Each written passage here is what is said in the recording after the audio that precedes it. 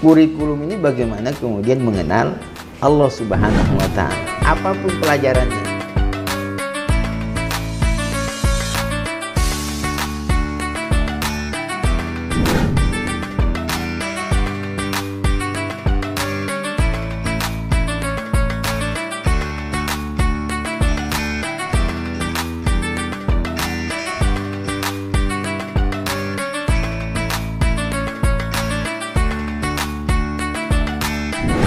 Assalamualaikum warahmatullahi wabarakatuh.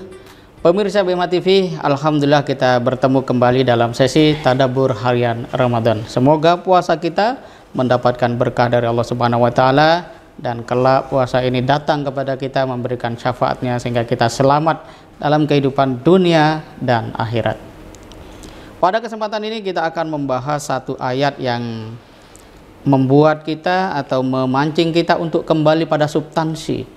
Mengapa ada rasul-rasul yang Allah kirim kepada setiap umat manusia, bahkan kepada seluruh umat manusia dengan hadirnya Nabi Muhammad SAW. Telah hadir bersama saya Ustadz Lalu Mabrul MPDI selaku Ketua Yayasan Pesantren Hidayatullah Kota Depok, Jawa Barat. Assalamualaikum Ustadz. Waalaikumsalam warahmatullahi wabarakatuh. Sepertinya kita akan kembali kepada substansi seorang muslim gitu ya. Yang esensi ya. Yang harusnya menyembah Allah gitu ya, bukan menyembah yang lain-lain gitu ya. Walaupun godaannya untuk menyembah yang lain-lain itu sangat kuat memang, karena yang lain-lain itu langsung dia praktis ya gitu. Dan akhirat tuh kayaknya kan di mana gitu ya, nggak kelihatan lagi. Nggak kelihatan. Nah ini pentingnya kita tadabbur gitu ya. Silakan Syed. Baik, bismillahirrahmanirrahim. Assalamualaikum warahmatullahi wabarakatuh. Waalaikumsalam. Alhamdulillah wa syukurillah, la haula wa la quwata illa billah, wa ba'd. Para pemirsa BMH TV yang kami muliakan dan Ustadz Imam yang saya hormati, alhamdulillah untuk kesempatan kali ini kita coba mentadaburi surat An-Nahl ayat 36. Sebagaimana Allah Subhanahu wa taala mengatakan, wa laqad ba'atsna fi kulli ummatin rasula ani'budullaha wajtanibut taghut faminhum man hadallah wa minhum man haqqat alaihi ad-dalalah fasiru fil ard fanzuru kaifa kana akibatul mukadzibin. Allah mengatakan, dan sungguh telah kami mengutus pada setiap umat itu seorang rasul, rasulah. Menyampaikan apa? Ani'budullah ya. Jadi setiap rasul yang diutus itu memerintahkan atau mengajak untuk ubudullah, menyembah kepada Allah dan meninggalkan tagut atau sesembahan selain kepada Allah.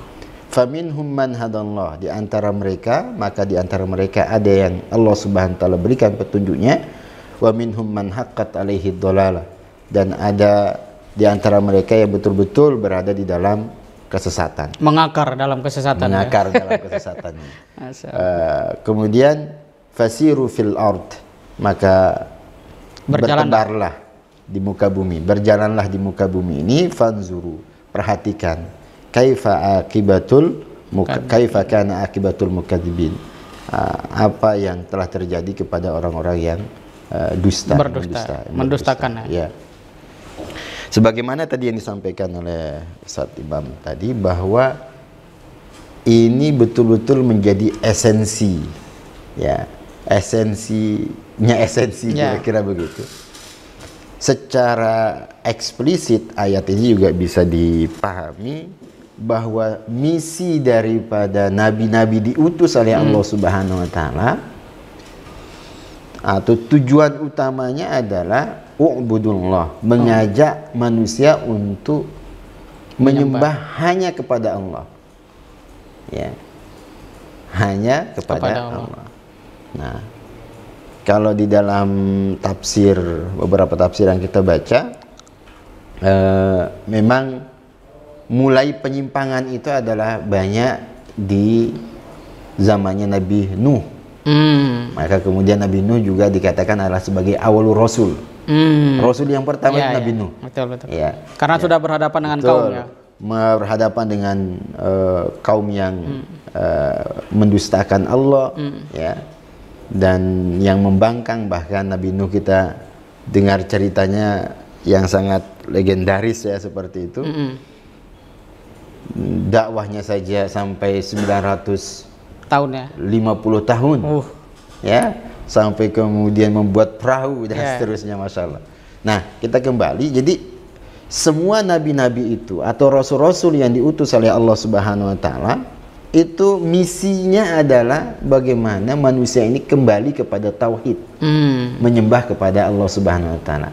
Wala yusyriku bihi syai'an, dan tidak ada menyekutukan Allah. Nah, rasul ini kan banyak. Hanya kemudian yang kita dikenalkannya hanya 25 saja yang ada di dalam Al-Qur'an dan sunnah itu, hadis. Atau di dalam Al-Qur'an hanya 25, sebetulnya banyak sekali. Ya, kalau tidak salah sekitar 125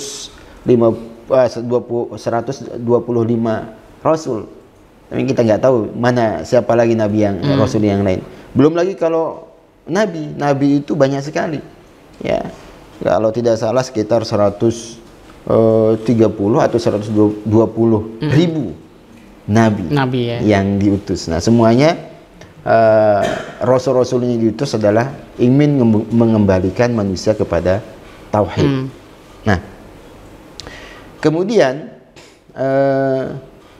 di antara risalah tauhid yang dibawa oleh para rasul ini, atau misi nabi atau misi rasul ini adalah bagaimana mengembalikannya kepada tauhid itu, ya ada yang Allah berikan hidayah kepada mereka. Ada juga di antara mereka yang memang kekeh terhadap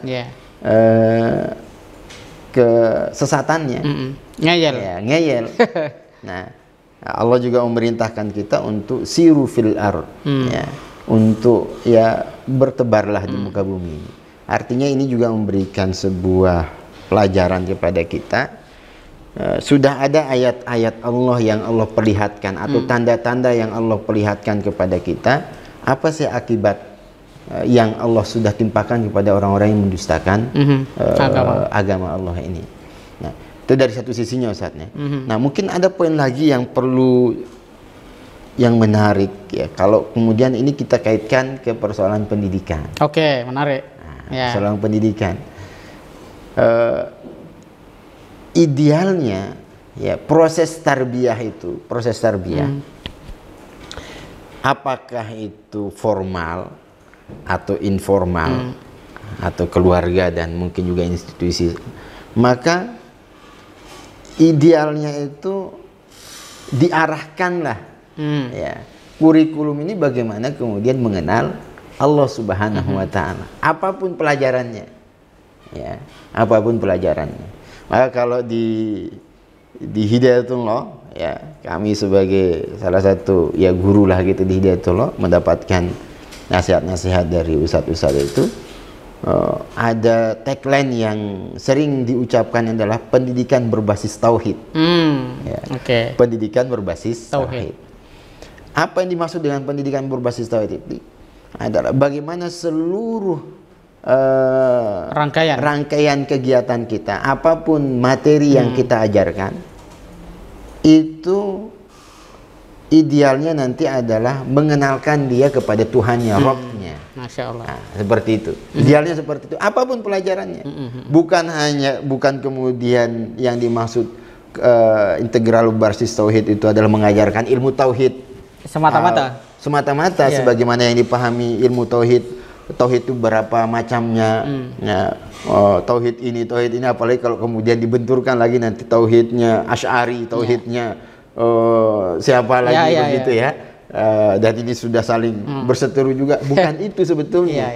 Tapi adalah esensinya bagaimana dia ini menyembah Allah, mengenal Allah Subhanahu wa taala, ubudullah, menyembah kepada Tuhan yang esa itu adalah Allah Subhanahu wa taala. Mungkin contoh yang sangat simpel, kita pernah belajar biologi, nah, misalnya seperti itu ya, belajar biologi. Kita ini dari mana sih? Ya, mungkin ada yang secara polos menjawab, ya kita dilahirkan oleh orang tua kita. Nah, yang itu sudah digugat Nabi Ibrahim dulu.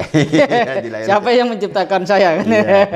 Siapa menciptakan saya? Dia nanya ke bapaknya kan? Akhirnya bingung juga bingung jawab bapaknya ya. Iya. Jadi bukan hanya sebatas itu, tapi kemudian nanti kita kembalikan kepada siapa sebetulnya yang menciptakan. Ya, itulah kalau kemudian kita lahir dari orang tua kita, orang tua kita siapa menciptakan, dan seterusnya sampai kemudian nanti Adam misalnya begitu ya. Kemudian siapa menciptakan Allah? Menciptakan Adam.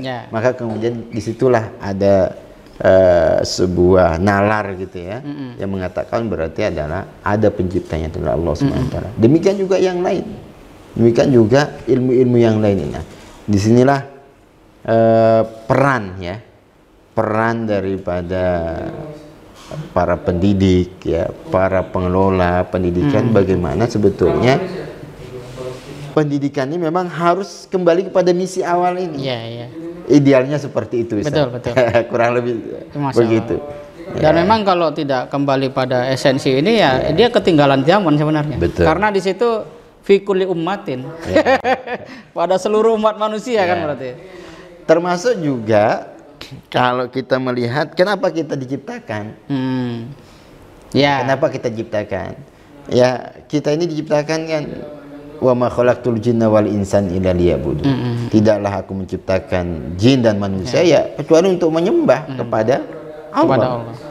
Illa liya'budun, kecuali mereka ini diciptakan memang untuk menyembah itu. Nah, dan kalau kemudian kita kembali tadi ke konteks pendidikan, maka esensi dari pendidikan itu ya mengembalikan orientasi pendidikan itu kepada ketaatannya kepada Allah Subhanahu wa taala, menyembah Allah. Dan selebihnya adalah menjadi khalifah, menjadi Abdullah dan menjadi khalifatullah fil ard. Khalifah itu artinya apa? Khalifah itu adalah bagaimana menjaga, mengurus, mengatur alam semesta ini, atau fasilitas yang Allah Subhanahu wa taala siapkan ini betul-betul sesuai kepada fungsinya. Ya, kepada fungsinya. Dan jika kita memahami ya dengan baik, ini kita pahami dengan baik dan para pendidik juga memahami dengan baik, insya Allah persoalan-persoalan pendidikan itu insya Allah bisa diurai. Apalagi kalau kemudian hanya persoalan pendidikan kita adalah hal yang sangat pragmatis. Ya, kita sekolah atau kita mencari pendidikan seperti itu adalah orientasi untuk cari pekerjaan, itu sangat sebetulnya sangat merendahkan fungsi derajat daripada pendidikan itu sendiri. Keluhnya di dalam Al-Quran banyak sekali bahwa bagaimana pendidikan ini adalah mengenalkan kita kepada Allah SWT. Masya Allah. Ya. Atau kalau kemudian kita melihat juga dalam surat Al-Jumu'ah itu, surat Al-Jumu'ah ayat yang kedua. Nah, ini host kita ini lebih paham ini. Menebak. Apa bunyinya, Ustaz? Huwallazi ba'asa fil ummiyin rasula. Ya kan? Jadi Allah lah Subhanahu wa taala yang mengutus para rasulnya. Huwallazi ba'asa fil ummiyin rasula. Kemudian minhum yatlu alaihim ayatihi. Termasuk misi daripada rasul-rasul ini, diutus itu adalah yatlu alaihim ayatihi. Tugasnya adalah bagaimana membacakan ayat-ayat Allah, wa yuzakkihim, dan mensucikan mereka, maksudnya adalah ya umatnya lah, atau dalam konteks pendidikannya peserta didiknya. Yatlu alaihim ayati wa yuzakkihim wa yuallimhumul kitaba wal hikmah. Lalu kemudian mengajarkan mereka tentang Al-Quran dan As-Sunnah. Wa in kanu min qablu lafi dhalalin mubin. Ya, sekalipun mereka dulu dalam kesesatan. Nah, jadi ini bagian dari misi juga yang harus dilakukan. Kalau kemudian kita mendidik, apa sih yang harus kita lakukan? Maka 3 hal ini harus diambil perannya. Sebagai Rasul tadi itu, ya Rasul tentu bukan kita yang Rasul dalam makna istilah, melanjutkan risalah melanjutkan risalah, tapi adalah dalam makna bahwa kita adalah sebagai pelanjut risalah. atau menyampaikan kebenaran. Ya, maka juga dalam sebuah hadis Rasulullah SAW mengatakan bahwa Nabi tidak meninggalkan dirham, ya, harta warisan, tapi kemudian menyembah warisannya itu para ulama-ulama itu, ya, mereka lah yang kemudian mengajarkan, mengenalkan siapa itu Allah dan seterusnya.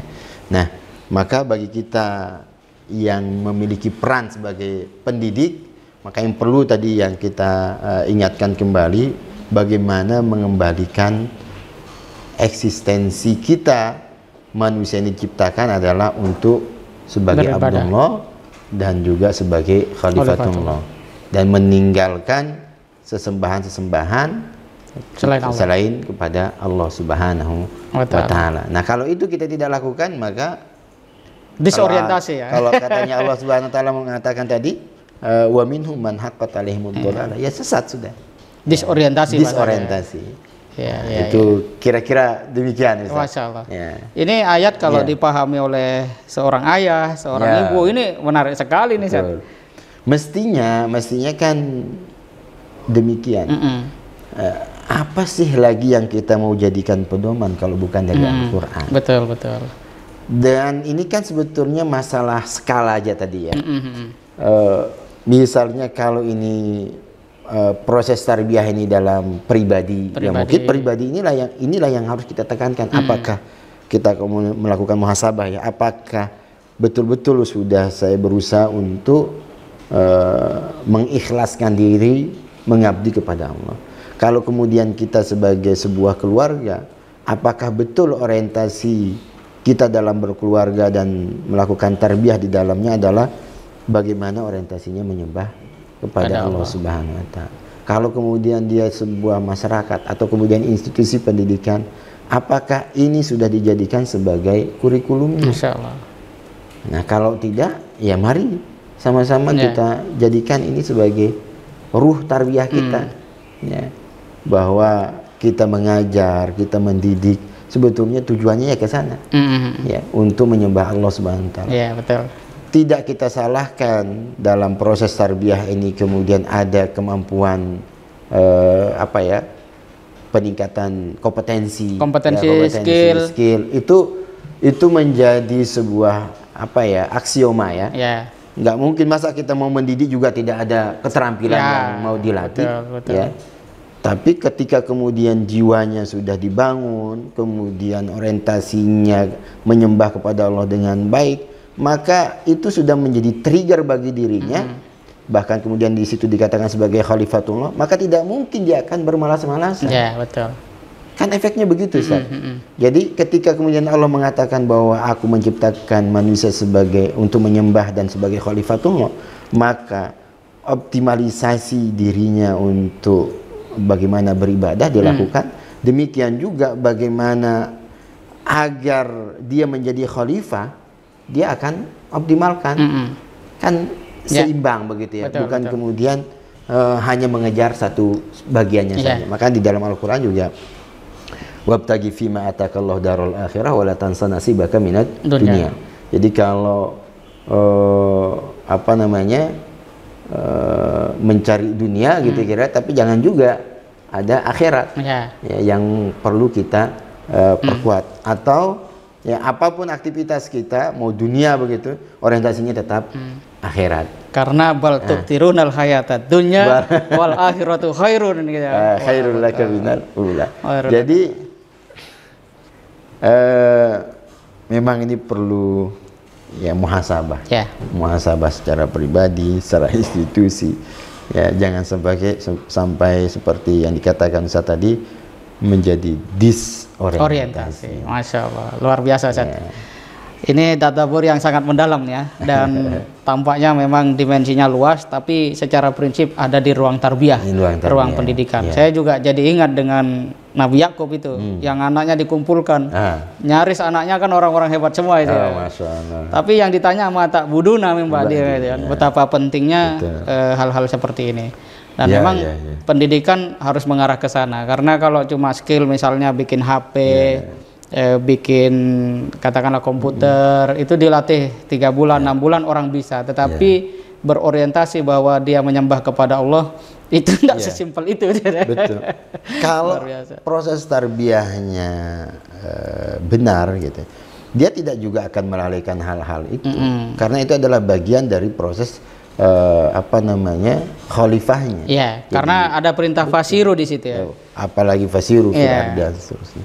Jadi ini memang ya kita juga akan salah ya kalau kemudian tidak juga membangun kepekaan gitu. Seharusnya kan beragama ini, mempelajari agama itu akan menimbulkan kepekaan. Kepekaan ini nanti tergantung dengan kompetensi yang dimiliki. Karena memang faktanya manusia ini punya kecerdasan masing-masing. Apalagi kalau sekarang ada istilah dalam pendidikan multiple intelligence itu kan, banyak sekali jenis kecerdasan.